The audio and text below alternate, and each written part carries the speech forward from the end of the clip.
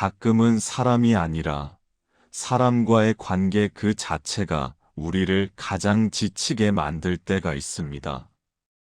특별히 큰 다툼이 있었던 것도 아니고 누군가 나를 상처 입힌 것도 아닌데 왜 어떤 사람을 떠올리기만 해도 마음이 먼저 무거워질까요? 왜 함께 있을 때보다 헤어지고 나서 더 피곤함을 느낄까요? 혼자 있고 싶다는 생각이 들면서도 동시에 외로움이 밀려오는 이 모순된 감정은 대체 어디서 오는 걸까요? 좋은 사람들입니다. 나쁜 사람도 아니고 나를 해치려는 사람도 아닙니다. 그런데도 그들과의 관계가 때로는 견디기 힘들 만큼 무겁게 느껴집니다. 이건 제 문제일까요? 아니면 관계라는 것 자체가 원래 이런 걸까요? 우리는 종종 관계의 피로를 개인의 문제로 치환합니다. 내가 예민해서, 내가 사회성이 부족해서, 내가 노력이 부족해서 그런 거라고 생각하죠. 하지만 정말 그럴까요? 오늘은 이 질문을 철학의 언어로 천천히 풀어보려 합니다. 특히 아르투어 쇼펜하우어라는 철학자의 시선을 빌려서 말이죠. 그는 인간관계를 바라보는 독특한 관점을 제시했습니다. 사람과 사람 사이의 거리, 그 적정선에 대한 이야기입니다. 쇼펜하우어의 관점에서 보면 인간관계의 피로는 단순히 성격 차이나 소통 부족의 문제가 아닙니다. 그것은 우리가 타인과 함께 존재한다는 것 자체에 내재된 어쩌면 피할 수 없는 긴장일지도 모릅니다. 그는 인간을 추운 겨울날의 고슴도치에 비유했습니다. 서로 추위를 피하기 위해 가까이 다가가지만 너무 가까워지면 서로의 가시에 찔려 다시 멀어지는 존재들. 그렇게 적당한 거리를 찾아 끊임없이 움직이는 존재들. 그렇다면 이 피로는 정말 피할 수 없는 것일까요? 아니면 우리가 관계를 대하는 방식 속에 무언가 놓치고 있는 부분이 있는 걸까요? 혹시 우리는 적정 거리를 찾는 대신 무조건 가까워지려고만 하고 있는 건 아닐까요? 지금부터 그 이야기를 시작해 보겠습니다. 우리는 관계를 맺는 방법에 대해 많은 것을 배워왔습니다. 경청하는 법, 공감하는 법, 갈등을 해결하는 법. 하지만 정작 관계가 왜 이렇게 피곤한지에 대해서는 제대로 이야기하지 않습니다. 현대 사회는 우리에게 끊임없이 연결되어 있으라고 요구합니다. SNS를 통해 실시간으로 안부를 묻고 메시지에 즉각 답장하고 모임에 빠짐없이 참여해야 합니다. 연결되지 않으면 소외되고 소외되면 뒤처진다는 불안감이 우리를 압박합니다. 그런데 아이러니하게도 이렇게 많이 연결될수록 우리는 더 피곤해집니다. 관계의 양은 늘어났지만 관계의 질은 오히려 얕아진 것처럼 느껴집니다. 진짜 나를 아는 사람은 없는데 모두와 연결되어 있어야 한다는 압박만 커지는 상황입니다. 여기에는 비교라는 요소가 깊숙이 자리하고 있습니다. 우리는 타인의 관계를 보며 우리 관계를 평가합니다. 저 사람은 친구가 많은데, 저 사람은 사람들과 쉽게 친해지는데, 나는 왜 이렇게 관계가 어려울까? 이런 비교는 관계 자체를 성과처럼 만들어버립니다. 친구의 수, 모임의 횟수, 친밀도의 깊이까지도 측정 가능한 수치처럼 여겨지기 시작합니다. 그리고 인정 욕구가 있습니다. 우리는 타인에게 좋은 사람으로 보이고 싶어 합니다. 나쁜 사람으로 오해받고 싶지 않고 이기적인 사람으로 비춰지고 싶지 않습니다. 그래서 때로는 내 감정을 뒤로 미루고 상대의 기대에 맞추려 애씁니다. 정작 내가 원하는 것이 무엇인지는 잊은 채 상대가 원하는 내가 되려고 노력합니다. 착함의 압박도 무시할 수 없습니다. 좋은 친구는 언제나 곁에 있어야 하고, 좋은 동료는 도움을 거절하지 않아야 하고, 좋은 사람은 다른 사람의 감정을 먼저 배려해야 합니다. 이런 기준들은 우리를 점점 더 조여옵니다. 거절하면 미안하고, 거리를 두면 냉정한 사람이 될 것 같고, 내 감정을 표현하면 예민한 사람으로 비춰질 것 같습니다. 그렇게 쌓인 관계 피로는 어느 순간 임계점을 넘습니다. 특정한 사건이 없어도 단지 누군가와 약속이 있다는 사실만으로도 미리 지칩니다. 만나기 전부터 이미 에너지가 소진되어 있는 상태입니다. 심지어 좋아하는 사람, 소중한 사람과의 만남조차도 부담으로 느껴질 때가 있습니다. 이것은 개인의 문제가 아닐 수 있습니다. 우리가 살아가는 사회 구조 자체가 관계를 소모적으로 만드는 방식으로 설계되어 있는지도 모릅니다. 관계를 유지하는 것이 하나의 의무처럼, 성과처럼 여겨지는 시대입니다. 네트워킹은 능력이고, 인맥은 자산이고, 소통은 필수 역량이 되었습니다. 그래서 우리는 혼자 있고 싶다고 느낍니다. 하지만 동시에 외롭기도 합니다. 사람이 필요하지만 사람이 부담스럽기도 합니다. 이 모순 속에서 우리는 방향을 잃습니다. 관계를 원하면서도 관계를 피하고 가까워지고 싶으면서도 거리를 두고 싶어 합니다. 관계를 끊자니 고립될 것 같고 관계를 유지하자니 나 자신이 사라질 것 같습니다. 이 딜레마는 쉽게 해결되지 않습니다. 그리고 그 해결되지 않는 긴장 자체가 우리를 계속 지치게 만듭니다. 관계 속에서도 외롭고 혼자 있어도 불안한 상태가 반복됩니다. 혹시 우리는 관계에 대해 잘못된 전제를 가지고 있는 건 아닐까요? 관계는 반드시 친밀해야 하고, 가까워야 하고, 자주 만나야 한다는 생각 말입니다. 그 전제가 오히려 우리를 옥죄고 있는 건 아닐까요? 친밀함이 곧 좋은 관계라는 공식, 거리두기는 곧 냉정함이라는 등식이 우리를 더 피곤하게 만들고 있는지도 모릅니다. 누군가와 가까워지지 못하면 실패한 것처럼 느껴지고 관계에서 거리를 느끼면 문제가 있는 것처럼 여겨집니다. 하지만 정말 모든 관계가 그렇게 깊어져야 할까요? 정말 모든 사람과 친밀해지는 것이 우리가 추구해야 할 목표일까요? 이 질문을 이해하는 데 도움이 되는 시선이 하나 있습니다. 바로 아르투어 쇼펜하우어의 관점입니다. 쇼펜하우어는 19세기 독일의 철학자로 인간 본성에 대해 냉정하면서도 날카로운 통찰을 남긴 사람입니다. 그는 인간관계를 낭만적으로 보지 않았습니다.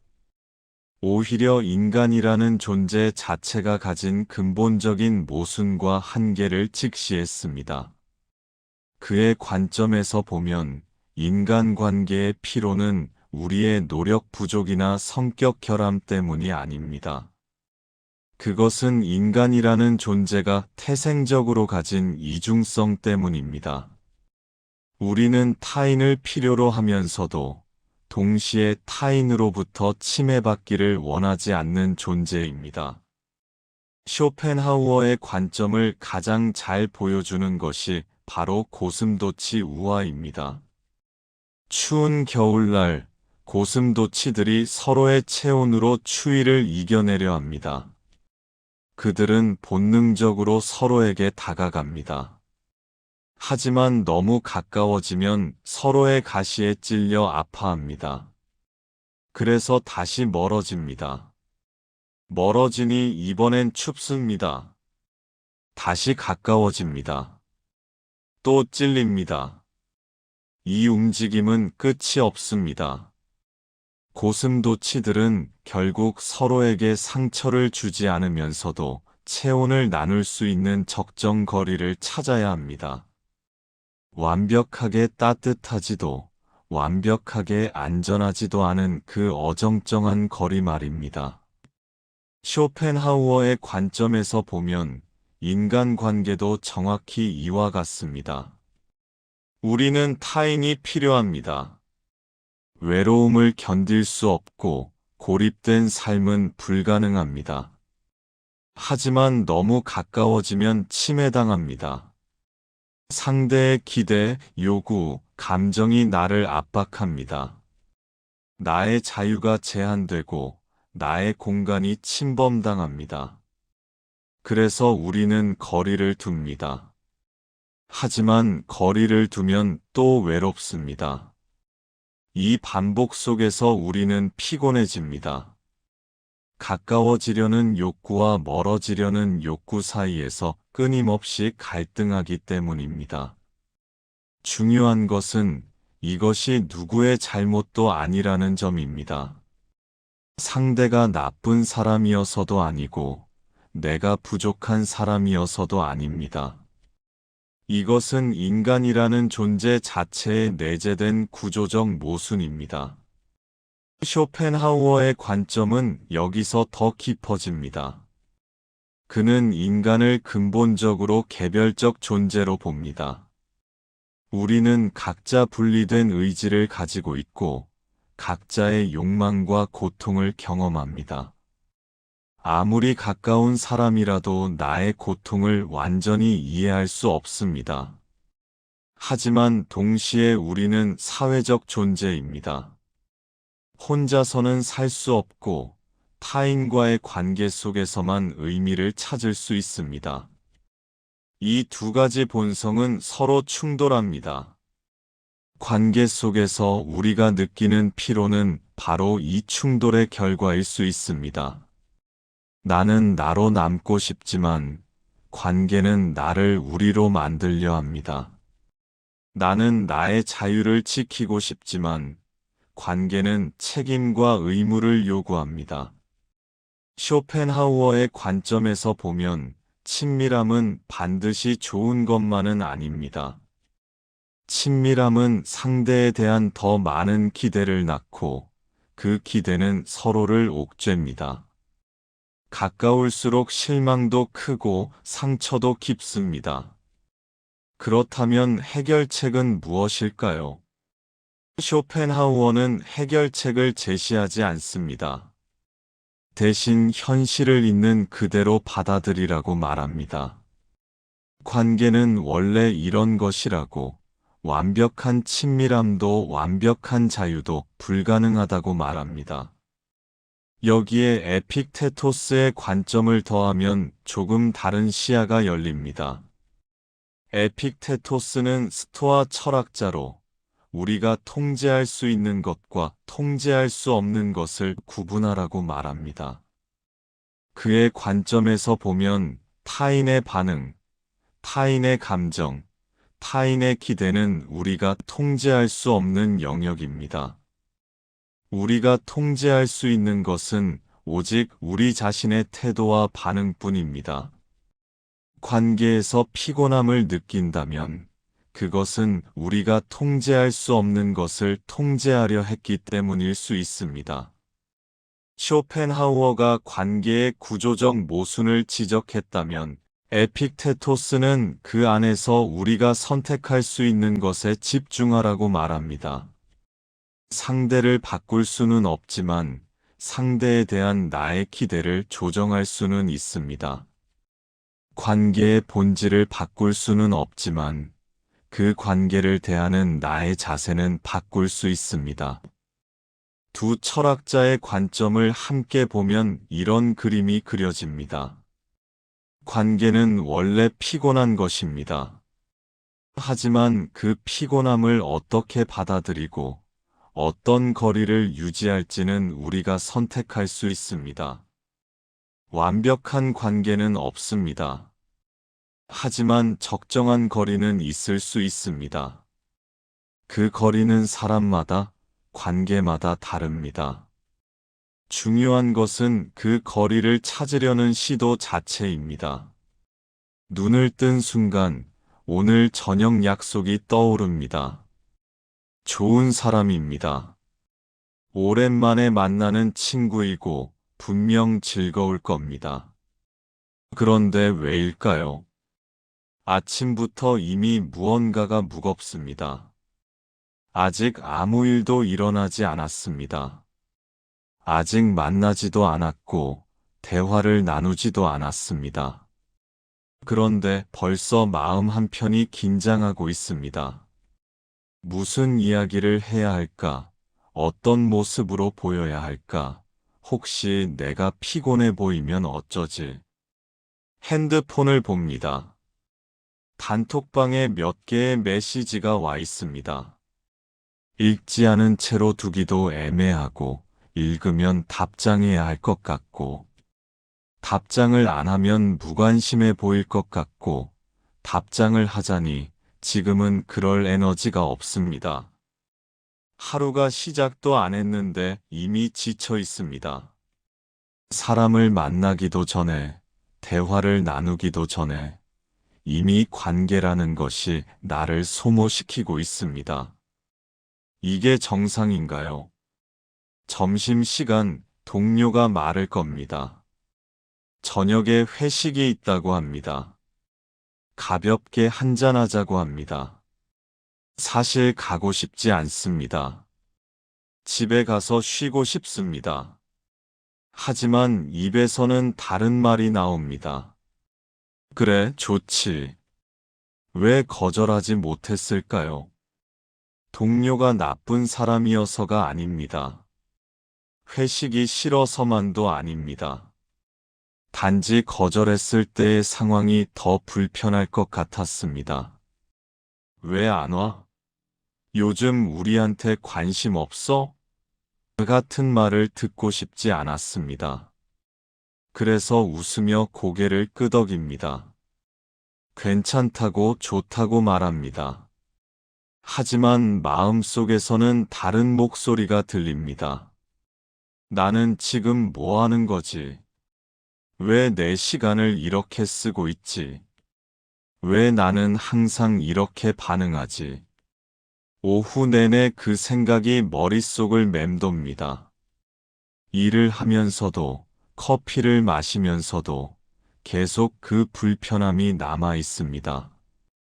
아직 회식이 시작도 안 했는데 벌써 몸이 무겁습니다. 그리고 또 다른 메시지가 옵니다.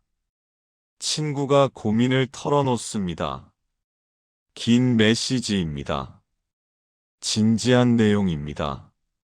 답장을 해야 합니다.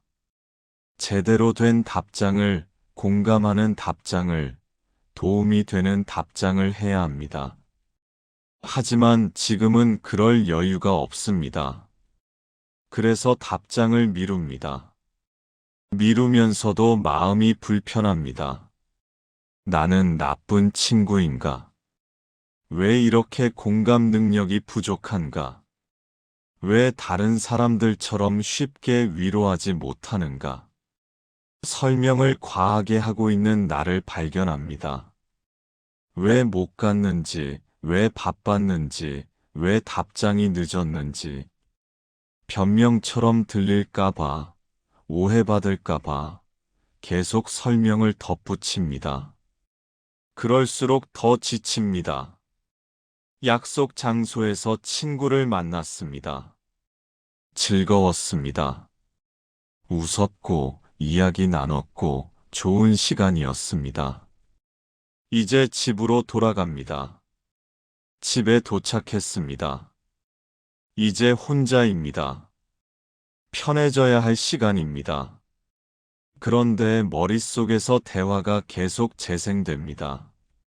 아까 내가 한 말 괜찮았을까? 너무 부정적으로 들리지 않았을까? 내가 웃을 때 너무 억지로 웃은 것처럼 보이진 않았을까? 친구는 이미 집에 갔을 겁니다. 아마 아무 생각 없이 편하게 쉬고 있을 겁니다. 하지만 나는 아직도 그 시간 안에 갇혀 있습니다. 끝난 대화를 계속 분석하고 재구성하고 걱정합니다. 사건은 끝났지만 감정은 끝나지 않았습니다. 만남은 끝났지만 관계는 여전히 나를 붙잡고 있습니다. 물리적으로는 혼자지만 정신적으로는 여전히 누군가와 함께 있는 것 같습니다. 피로의 원인이 사건 그 자체가 아니었음을 깨닫습니다. 친구가 나를 힘들게 한 것도 아니고 대화가 불편했던 것도 아닙니다. 그런데도 지쳐 있습니다. 밤이 깊어갑니다. 이제 정말 나만의 시간입니다. 아무도 없고 아무 약속도 없고 아무 연락도 오지 않습니다. 그런데 편하지 않습니다. 혼자 있는데도 혼자가 아닌 것 같습니다. 머릿속에는 여전히 오늘 만났던 사람들, 나눴던 대화들, 보냈던 메시지들이 자리하고 있습니다. 읽지 않은 메시지들이 몇 개 더 쌓여 있습니다. 내일 답장해도 될 것들입니다. 하지만 그것들이 눈에 밟힙니다. 안 읽은 채로 자면 내일 아침에 또 무거운 마음으로 일어날 것 같습니다. 하루 종일 사람과 함께 있었던 것 같습니다. 실제로는 몇 시간밖에 만나지 않았는데 마치 하루 종일 누군가와 함께 있었던 것처럼 몸이 무겁습니다. 그리고 문득 생각합니다. 나는 대체 언제 진짜 혼자인 걸까? 언제 진짜 쉬는 걸까? 이 피로는 어디서 오는 걸까요? 사람이 문제인 걸까요? 아니면 관계라는 것 자체가 원래 이런 걸까요? 혹시 이것은 내가 바꿀 수 없는 관계 자체에 내재된 무언가는 아닐까요? 우리는 지금까지 인간관계의 피로에 대해 이야기했습니다. 쇼펜하우어의 고슴도치 우화를 통해 그리고 에픽테토스의 통제 가능성에 대한 시선을 통해 말이죠. 여기서 중요한 것은 이 피로가 누군가의 잘못이 아니라는 점입니다. 당신이 부족해서도 아니고 상대가 나빠서도 아닙니다. 이것은 관계라는 것 자체에 내재된 긴장입니다. 쇼펜하우어의 관점에서 보면 우리는 완벽한 거리를 찾을 수 없습니다. 너무 가까우면 침해당하고 너무 멀면 외롭습니다. 이 사이에서 우리는 계속 움직일 수밖에 없습니다. 그것이 인간관계의 본질입니다. 하지만 이것이 절망적인 이야기만은 아닙니다. 오히려 이 사실을 받아들이는 것 자체가 하나의 출발점이 될 수 있습니다.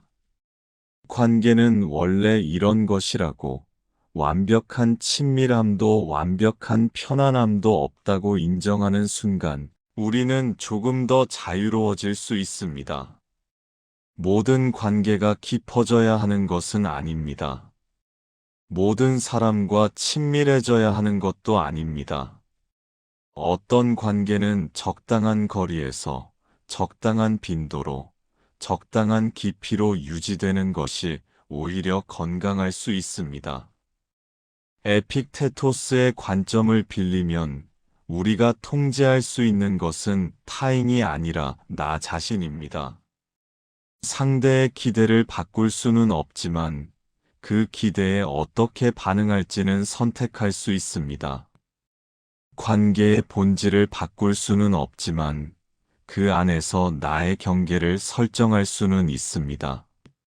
거절이 냉정함을 의미하지는 않습니다. 거리두기가 무관심을 뜻하지도 않습니다. 때로는 적절한 거리가 적절한 경계가 오히려 관계를 더 오래 지속시킬 수 있습니다. 이 이야기가 해결책을 주지는 못할 겁니다. 내일 당장 관계가 편해지지도 않을 겁니다. 하지만 적어도 이것만은 기억해도 좋을 것 같습니다. 당신이 관계에서 피곤함을 느낀다고 해서 당신이 문제가 있는 것은 아니라는 것. 그것은 인간이라는 존재가 가진 자연스러운 모순일 뿐이라는 것. 그리고 그 모순 속에서 당신만의 적정 거리를 찾아가는 것. 그것이 어쩌면 우리가 할 수 있는 가장 현실적인 선택일지도 모릅니다. 완벽하게 따뜻하지도 완벽하게 안전하지도 않은 그 거리. 고슴도치들이 찾아낸 그 거리처럼 말입니다.